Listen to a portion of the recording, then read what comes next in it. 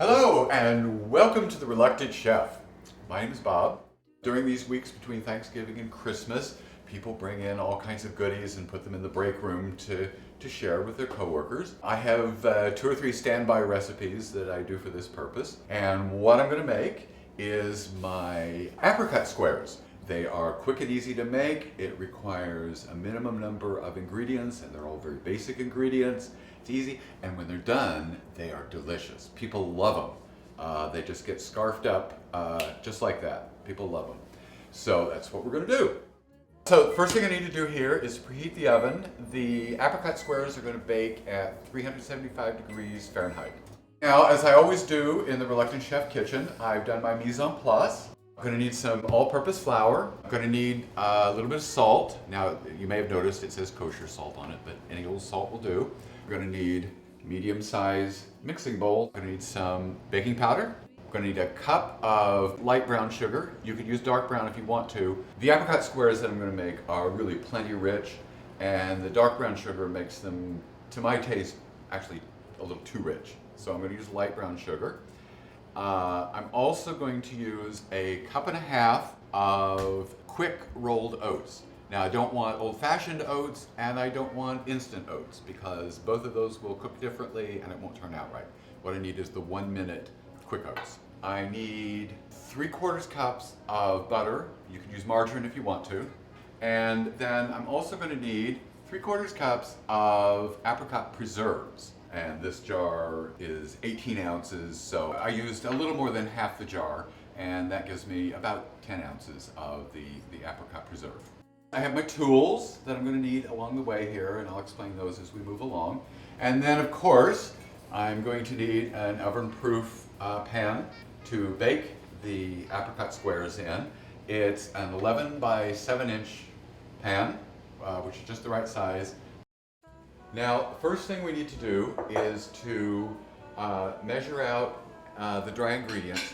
Technically, the flour and the baking powder and the salt should be sifted together into the mixing bowl. So we're going to need a cup and a half of all-purpose flour. What I'm going to do here is even it off. And I'm just going to put it directly into the flour sifter. If you didn't have a flour sifter, you just dump it directly into the mixing bowl. And I'm going to need a 1/4 teaspoon of salt. Now, we don't have to be quite so careful with the salt. It doesn't make that much difference. But I shake it, and it's pretty level, so that's going to work. So then we're going to need a teaspoon of baking powder. All we have to do is slide the spoon across that metal lip, and we get a nice even teaspoon of baking powder. Okay, now if you don't have a sifter, that's just fine. You can just sort of stir it all up with a fork. But since I do, I just get it all there together. Now, all we have to do is we've got a cup of brown sugar that I'm going to dump in. We also need our 1 1/2 cup of quick rolled oats. Combine all of that. Now you can see I still have some sizable chunks in here, and that's all I'm trying to do is just sort of get them broken up and everything pretty evenly distributed. Now, at this point, it's time to cut in 3/4 cup of butter.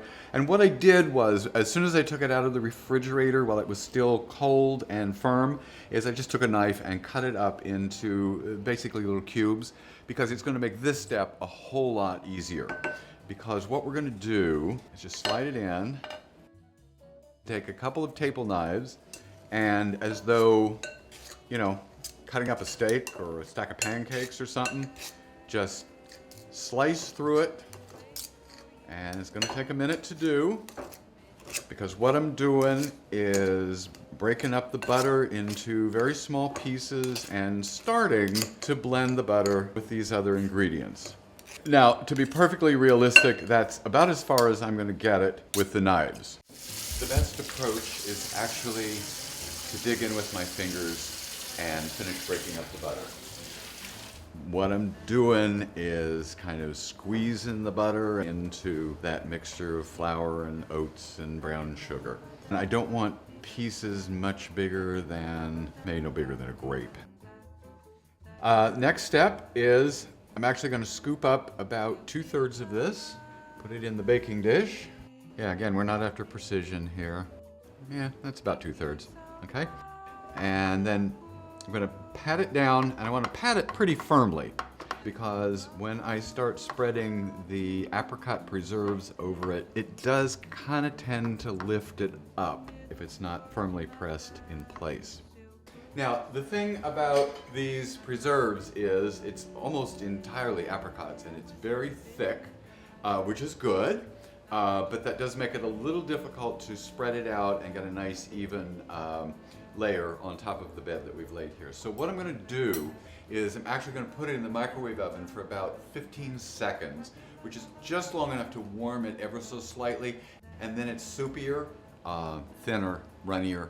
So then all I have to do, and I want to, pour it out kind of evenly. It just cuts down on the amount of moving around that I have to do. Get as much of it as possible out of the bowl.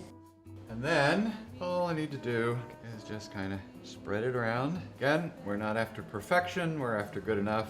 So now all I have to do is I take the remaining roughly 1/3 of my crumbs and spread those out. And now I want to pat those down too, but it doesn't have to be really firm like it was for the bed that I laid there, because again, I wanted that to be pretty firm just so that I could slide the preserves over it. This I just want slightly firmed. So we're all done and ready to go in the oven. The oven has preheated to 375 degrees Fahrenheit. The apricot squares are supposed to bake for somewhere around 35 minutes. It really depends on how hot your oven heats. Mine heats pretty warm, so I'm actually going to set the timer for 33 minutes and then check them at that point to make sure that they're done but not overdone.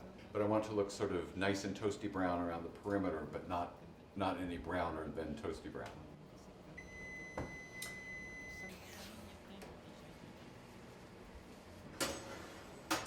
Oh, you know what? I think this is done to a turn. I've got a nice toasty brown around the perimeter, and I've even got a little bit of the jam bubbling up there. So that tells me that this is thoroughly done. Now, when you pull this out of the oven, actually while it's baking, you're going to smell the aroma of this, and it smells really nice. And you're going to be really looking forward to cutting this up into little squares and starting to eat them. But you're going to have to wait. It needs to cool for 30 to 35 minutes before you start cutting. If you try cutting too soon while it's still hot, you end up with kind of runny squares instead of the firm, tasty squares that we're after. The way you can tell is if you can pick up the pan and hold it in your hand and it just feels warm, not hot, then it's a good time to start cutting.